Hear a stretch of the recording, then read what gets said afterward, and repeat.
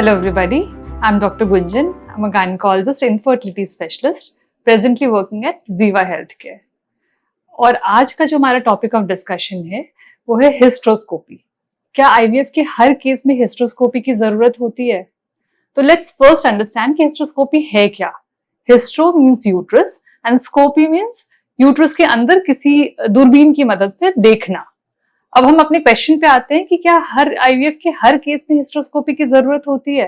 तो नहीं, कुछ स्पेसिफिक इंडिकेशंस होते हैं जिस केस में कि हम आईवीएफ में एम्ब्रियो ट्रांसफर करने से पहले हिस्ट्रोस्कोपी एडवाइस करते हैं पेशेंट को। जैसे कि अगर हमें अल्ट्रासाउंड में कोई प्रॉब्लम दिख रही है, अगर हमें दिख रहा है कि पेशेंट की जो एंडोमेट्रियल लाइनिंग है, जो झिल्ली है जहां की हम एम्ब्रियो को डालते हैं, वो अगर पतली है, बहुत अच्छी क्वालिटी की नहीं दिख रही है, तो उस केस में हम हिस्ट्रोस्कोपी पेशेंट को एडवाइस करते हैं।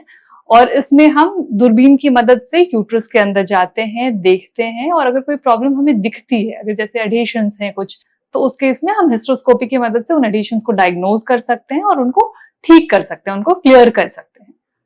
फिर अगर हमें अल्ट्रासाउंड में कोई पॉलिप दिख रहा है या कोई छोटा फाइब्रॉइड दिख रहा है, सब म्यूकस फाइब्रॉइड दिख रहा है जो यूट्रस की तरफ, कैविटी की तरफ है, जो कि हमारे इम्प्लांटेशन में, यानी कि जो हम एम्ब्रियो, जो भ्रूण हम यूट्रस के अंदर डाल रहे हैं, उसके इम्प्लांट होने में, उसके ग्रो होने में कोई दिक्कत करे, तो फिर इसे हम हिस्ट्रोस्कोपी की मदद से देख सकते हैं और इसको साथ में हम रिमूव भी कर सकते हैं, इनको हटा भी सकते हैं। इसके अलावा अगर कोई पहले से डायग्नोज कोई फाइब्रॉइड है, बड़ा फाइब्रॉइड है यूट्रस में, तो हम हिस्ट्रोस्कोपी की मदद से ये चेक कर सकते हैं कि कहीं वो फाइब्रॉइड कैविटी की तरफ, यानी यूट्रस की झिल्ली की तरफ जहां की हमें एम्ब्रियो डालना है, वहां तो नहीं आ रहा, जो कि एम्ब्रियो के ग्रो करने में, उसके इम्प्लांट होने में प्रॉब्लम करेगा। तो हम इसको भी पहले डायग्नोज कर सकते हैं हिस्ट्रोस्कोपी की मदद से, और अगर जरूरत पड़े तो इसे हम हिस्ट्रोस्कोपी और कंबाइंड लैप्रोस्कोपी की मदद से इस फाइब्रॉइड को रिमूव कर सकते हैं।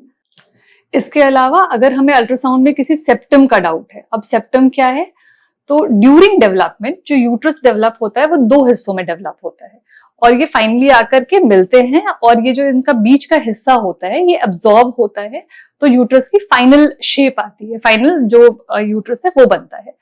तो अगर कुछ पेशेंट्स में ये जो बीच का हिस्सा है ये एब्जॉर्ब नहीं होता है, कंप्लीटली या पार्शियली एब्जॉर्ब नहीं होता है, तो उस केस में ये सेप्टम के फॉर्म में रह जाता है, और ये सेप्टम जो है जब हम एम्ब्रियो इम्प्लांट करेंगे तो उसके ग्रो होने में, भ्रूण के ग्रो होने में इंटरफेयर करता है।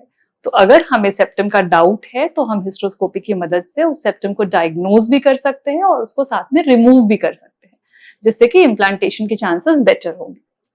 इसके अलावा रिकरेंट इम्प्लांटेशन फेलियर के केसेस में, जैसे कि अगर हमने अच्छा एम्ब्रियो डाला है, अच्छा भ्रूण डाला है, और फिर भी वो इम्प्लांट नहीं हो रहा, तो हिस्ट्रोस्कोपी की मदद से हम कुछ ऐसे प्रॉब्लम्स डायग्नोज कर सकते हैं जो कि सिंपल अल्ट्रासाउंड में हमें नहीं दिख रहे हैं। जैसे कोई इन्फेक्शन है एंडोमेट्रियम का, झिल्ली की कोई इन्फेक्शन है, तो उन सब चीजों को हम हिस्ट्रोस्कोपी की मदद से डायग्नोज कर सकते हैं और उसको ठीक भी कर सकते हैं। और हिस्ट्रोस्कोपी एक सिंपल प्रोसीजर है, 10 to 15 मिनट्स का प्रोसीजर है, ये अंडर एनेस्थीसिया करते हैं, सिंपल प्रोसीजर है, पेनलेस प्रोसीजर है।